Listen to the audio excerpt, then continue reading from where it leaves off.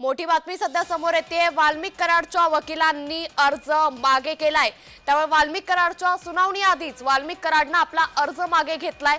मोठी बातमी सध्या वाल्मिक कराड संदर्भातली समोर येते। जामीन अर्जावरील सुनावणी आधीच वाल्मिक कराडनं आपला अर्ज मागे घेतलाय। तर खंडणी प्रकरणात आज वाल्मिक कराडची सुनावणी पार पडणार होती आणि मात्र या सुनावणीपूर्वीच वाल्मिक कराडच्या वकिलांनी आपला अर्ज मागे घेतलाय। तर वाल्मिक कराडच्या संदर्भातली मोठी अपडेट सध्या समोर आली आहे। आज वाल्मिक कराडच्या खंडणी प्रकरणातली सुनावणी होणार होती। जामीन अर्जावरची सुनावणी होणार होती, मात्र जामीन अर्जाच्या सुनावणीपूर्वीच वाल्मिक कराडच्या वकिलांनी आपला अर्ज मागे घेतलाय। त्यामुळे मोठी अपडेट सध्या वाल्मिक कराड संदर्भात समोर येते। कालच वाल्मिक कराडवरती मकोका लावल्यानंतर बीड कोर्टात मकोका संदर्भातली त्याची सुनावणी पार पडली, तेव्हा त्याला 14 दिवसांची न्यायालयीन कोठडी सुनावण्यात आली आणि आज वाल्मिक कराडच्या खंडणी प्रकरणात त्याचा जामीन अर्ज वकिलांनी मागे घेतलाय।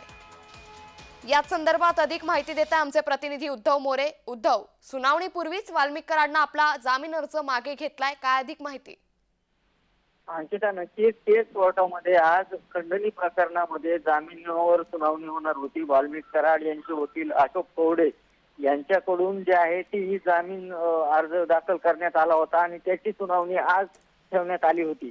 मात्र ही सुनावणी सुरू होण्याआधीच जो आहे तो वाल्मिक कराड यांचे वकील अशोक कवडे यांनी जे आहे ते अर्ज माघारी घेतलेला आहे आणि आता या सगळ्या संदर्भामध्ये आता वाल्मिक कराड यांना जे आहे ते जामीन मिळू शकणार नाही आणि जामिनीचा अर्ज मागे कशामुळे घेतला याचं कारण मात्र अद्यापपर्यंत पुढे आलं नाही।